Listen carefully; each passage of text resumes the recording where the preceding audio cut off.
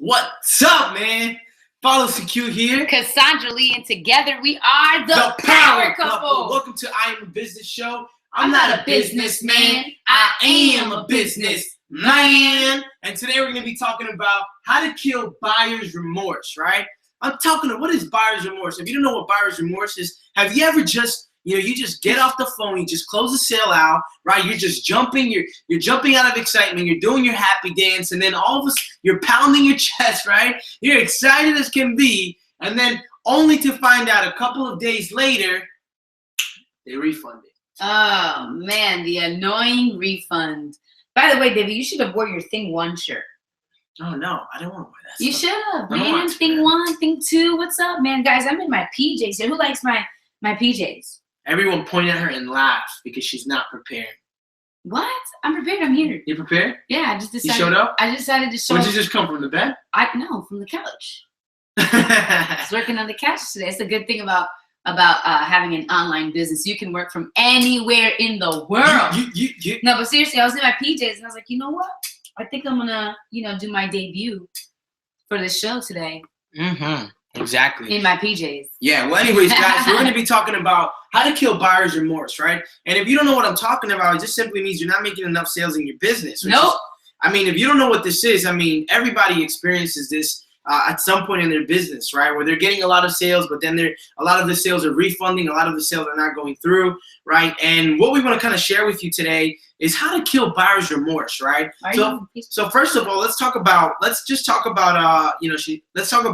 why buyer's remorse happens, right? Why are people refunding? Why are people not, why are people not, buying from you or something like that? You know what I'm saying? You had it in your pictures. So I'm excited though. I'm excited. Look at her, totally distracted, not paying attention, right? I don't know what's up with her today. No, right? I just think it's funny that he has to go all through that just to get the picture. Does it really matter? I'm excited. You got distracted, man. Yeah, distraction. It was a good. You got distracted. No, no, it's not a good distraction.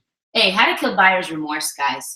This is a really big problem a lot of times in this industry where they get a sale, and then they get a refund, and it's like, damn it, they can't even break it. And you know what? This is something that we're not immune to it. This is something that's happened to us. It's gonna happen regardless. Now let's talk. How can you minimize the chances of it? Yeah, let's talk about why it happens first of all. Ooh, that's a good. Why does it happen? Why do people refund? Here's why, right? When they buy. Oh, it's kind of like when I say, yo, you need to check out this movie, man. It is the bomb. Like tick, you gotta check this movie out. It is awesome, right? He goes to the movie theater and he watches that movie and he's like, it wasn't all what they made it out to be.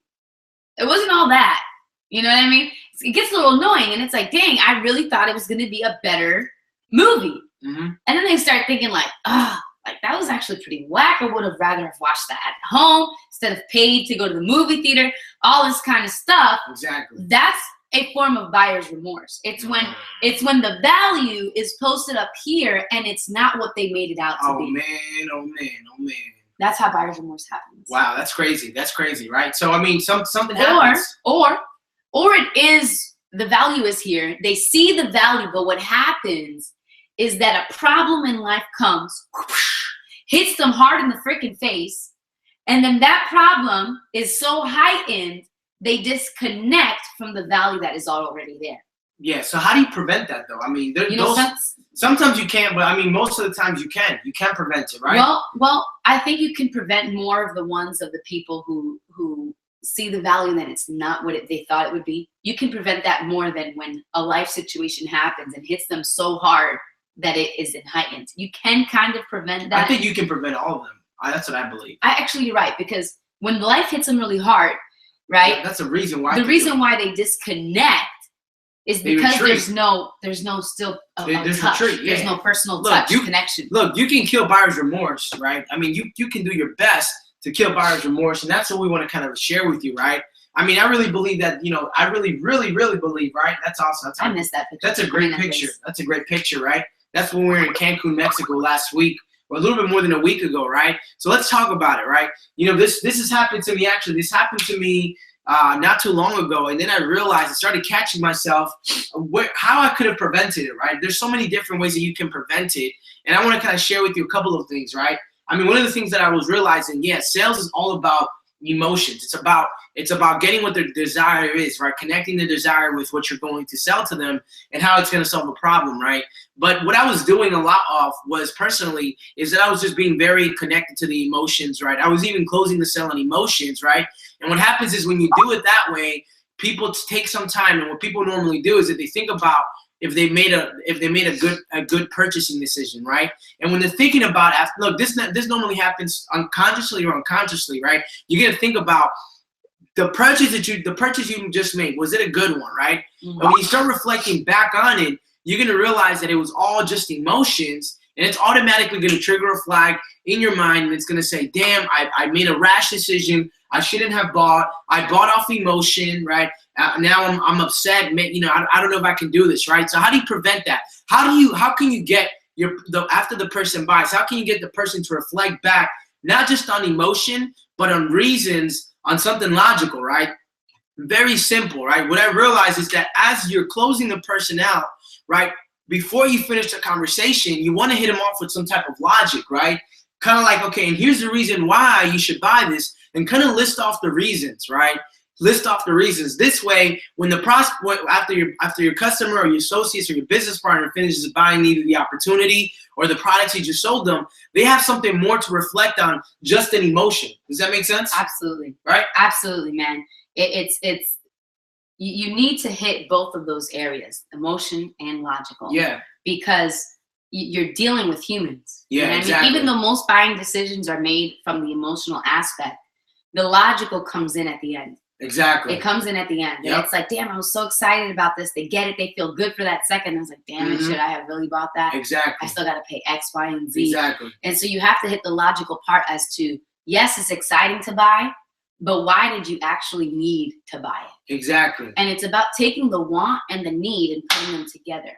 If people buy out of want only, it is not enough. And if people buy out of need only, it's still not enough. They have to see the need and they have to know the want. And if they can see them both together, the purchasing power then becomes that much more official. It becomes more official. It feels good. Exactly. It feels good. No, it's kind of like in church, right? When it's like when they talk about tithing and people think that you just have to tithe. Like, oh man, you have to tithe. And really you don't have to tithe. God honors more of a cheerful giver, someone who actually enjoys the time. That's a great point. And that goes back to, holding the sale until they come across as they're confident. They're going to be confident with the buying decision. They're going to feel good about buying it, right?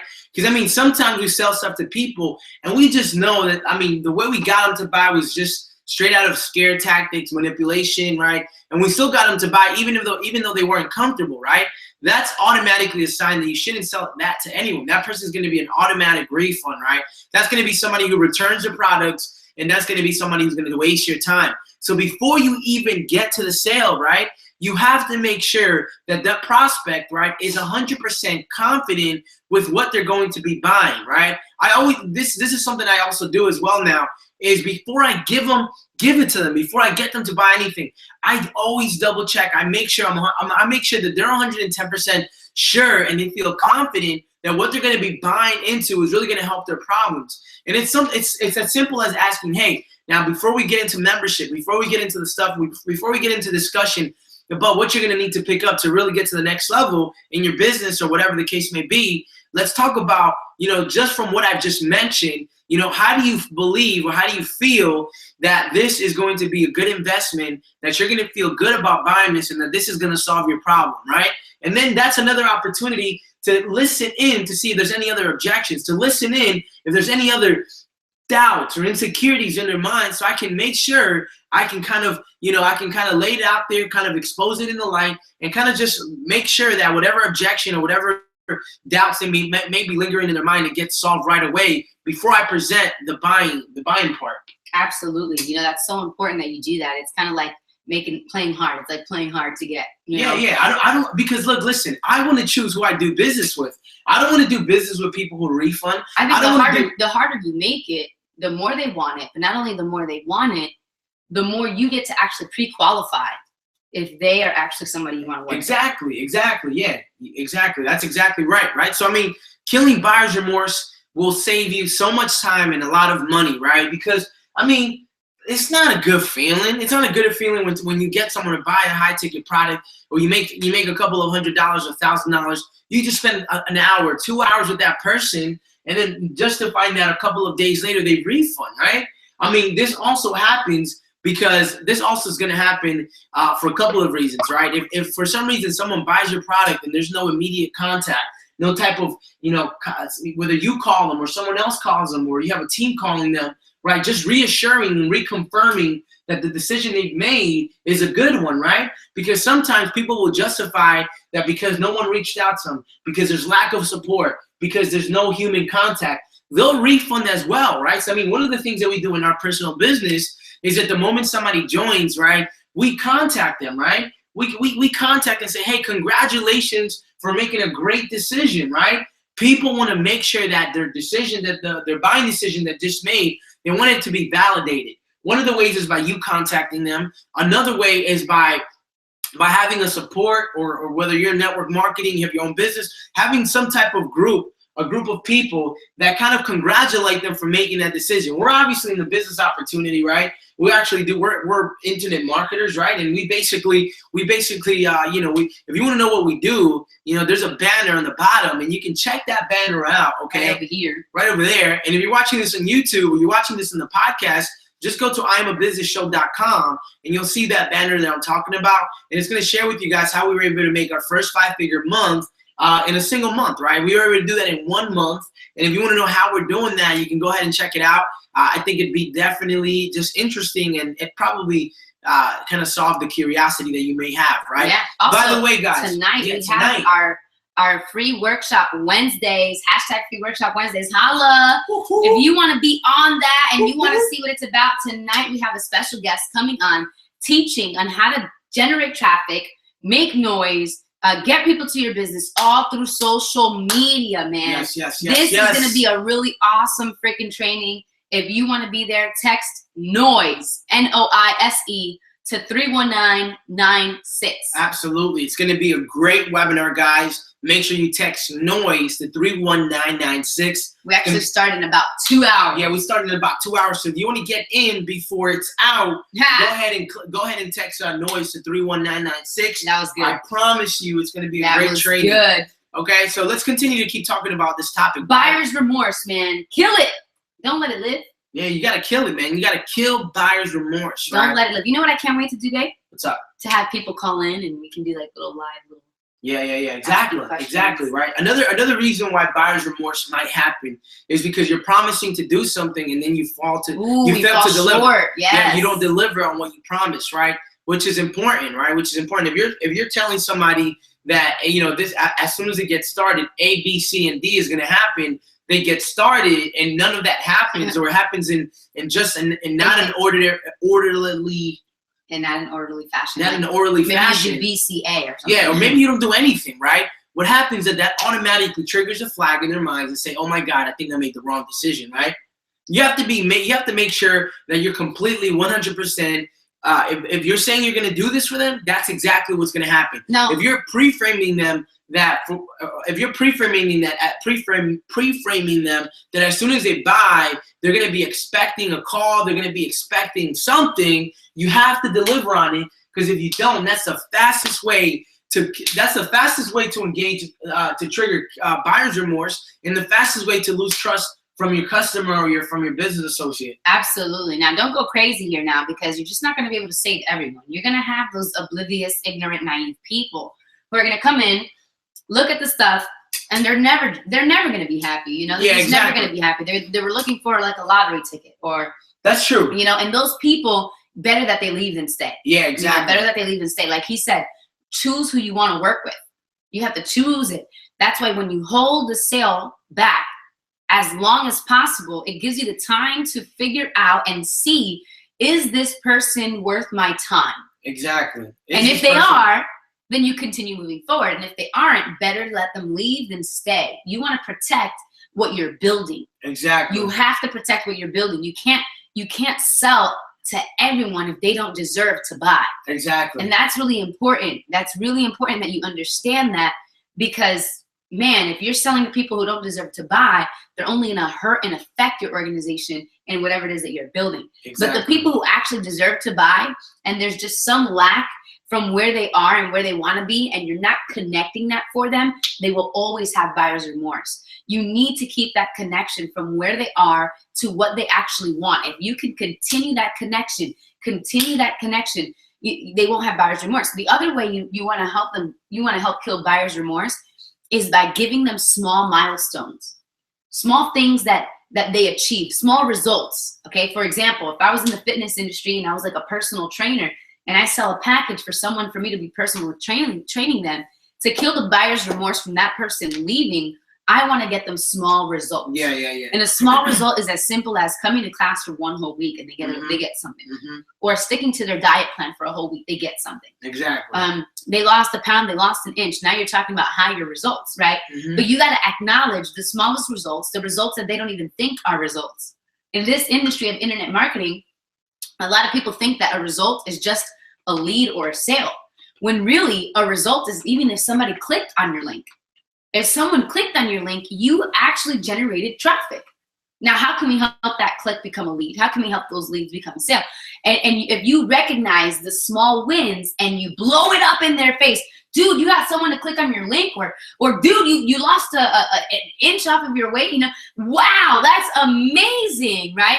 And you build it up, and what that does to them is maybe in the back of their mind, they were thinking, holy crap, this really isn't working. It's a lot more than I thought. I'm not even seeing any results. But when you blow up a result in their face, what happens is they go, maybe this isn't so bad. Maybe I am doing pretty good. Maybe if I can get this one result, I can get a better result. Exactly. And so results and milestones really help kill and bury buyer's remorse. And that's exactly what you want and need. I love this. I freaking love it too. You love it? I love it. Hey, text NOISE to 31996, right? Text NOISE, N-O-I-S-E, Noise. to 31996. Welcome. Noise. I don't know if we said, hey, what's up to everyone out there? If you're listening to this on YouTube, if you're watching this on the IamABusinessShow.com, SoundCloud, or Podomatic, or iTunes, what up? What up? What's up, man? What up, man? Man, guys, we love you guys so much, man. We appreciate you. You guys are awesome. Thank you for coming to I Am a Business Show. Man, Thanksgiving is tomorrow, so I don't think there's going to be an I Am a Business Show tomorrow, as we will be chowing down with some familia. Thanksgiving's not tomorrow. Yeah, baby. It's Thursday. Yeah, that's tomorrow. Tomorrow's Wednesday. Today's Wednesday. Hashtag Free Workshop Wednesday, baby. Oh, you messing up. Anyway, so Thursday, enjoy gobbling down with your familia. I don't even know what the heck that was. Turkey sound. That was not a turkey. That was a dog. That was like a turkey dog. That's a dog. Get out of my face. Anyway, guys, enjoy time with your Thanksgiving. For Thanksgiving, enjoy time with your family. We're thankful for you guys. We might throw up a little something tomorrow. You never know. So hit up this page tomorrow at IamABusinessShow.com. Happy Thanksgiving, guys. We'll do Enjoy a little it. Thanksgiving tip of the day or something. Eat some food. Don't gain Go too crazy. much weight. No, gain all crazy. No, I'm just kidding. Let's have some fun. And we love you guys. Peace, love. Chicken grease. To the Middle East. Turkey grease. Actually, turkey grease because it's Thanksgiving. Guys, we love you. Appreciate you. This Bye-bye. is The Power Couple. And you just came to I Am a Business Show, not a business man. I am a business man.